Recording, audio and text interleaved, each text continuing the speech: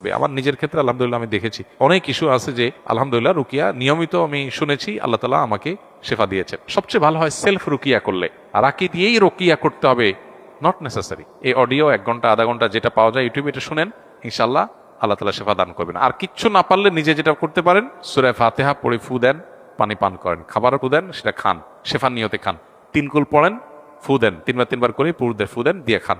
এটা হলো কমন রুকিয়া। আর এর বাইরে আপনি কোনো রাখি শরণাপন্ন হতে পারেন বা রুকিয়ার অ্যাপ থেকে বের করতে পারেন। রুকিয়ার অনেক ভালো ভালো অথেন্টিক বই পুস্তক হয়েছে, যেখানে শুধু কোরআনের আয়াতের ব্যবহার, হাদিসে বর্ণিত দোয়ার ব্যবহার আছে।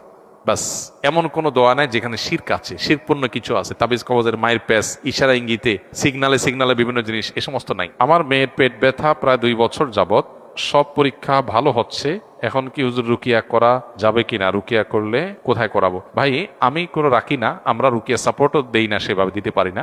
বহু রাকি আছেন আলহামদুলিল্লাহ। সবচেয়ে ভালো হয় সেলফ রুকিয়া করলে, আর রাকি দিয়েই রুকিয়া করতে হবে নট নেসেসারি। এটা কোনো জরুরি কিছু না যে রুকিয়া দিয়ে রাকি দিয়েই করতে হবে।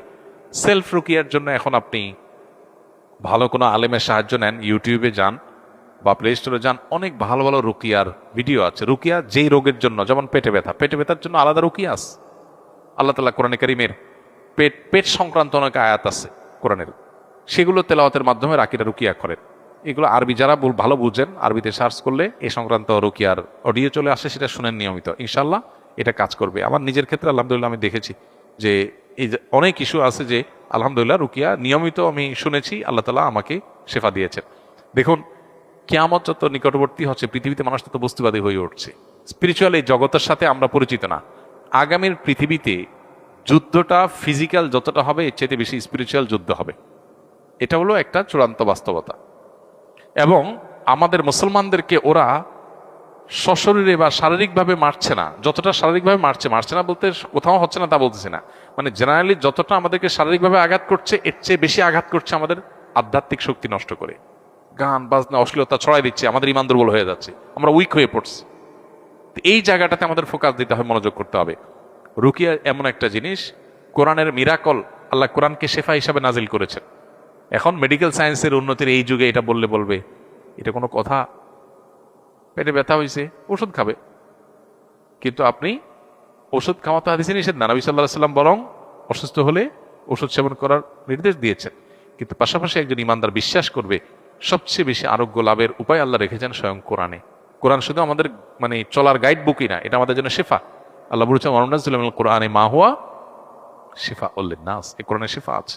ইয়াকিন রাখতে হবে এবং নিজে কোনো আলেমের শরণাপন্ন হয়ে এই পেটের রুকিয়া, বিশেষ করে পেটের রুকিয়াটা খুব প্রসিদ্ধ রুকিয়া। এই অডিও 1 ঘন্টা আধা ঘন্টা যেটা পাওয়া যায় ইউটিউবে, এটা শুনেন, ইনশাআল্লাহ আল্লাহ তাআলা শেফা দান করবেন। আর কিচ্ছু না পারলে নিজে যেটা করতে পারেন, সূরা ফাতিহা পড়ে ফু দেন, পানি পান করেন, খাবার ফু দেন, সেটা খান, শেফার নিয়তে খান। 3 কুল পড়েন, ফু দেন, 3বার করে পুরুদের ফু দেন, দিয়ে খান। এটা হলো কমন রুকিয়া। আর এর বাইরে আপনি কোনো রাখি শরণাপন্ন হতে পারেন বা রুকিয়ার অ্যাপ থেকে বের করতে পারেন। রুকিয়ার অনেক ভালো ভালো অথেন্টিক বই পুস্তক হয়েছে, যেখানে শুধু কোরআনের আয়াতের ব্যবহার, হাদিসে বর্ণিত দোয়ার ব্যবহার আছে। বাস, এমন কোনো দোয়া নাই যেখানে শিরক আছে, শিরকপূর্ণ কিছু আছে, তাবিজ কবজের মায়ের প্যাস, ইশারা ইঙ্গিতে, সিগনালে সিগনালে বিভিন্ন জিনিস, এ সমস্ত নাই। সে সমস্ত রুকিয়া গ্রহণ করতে কোনো অসুবিধা নেই। আল্লাহ আমাদেরকে তৌফিক দান করুন। জাযাকুমুল্লাহ খাইর।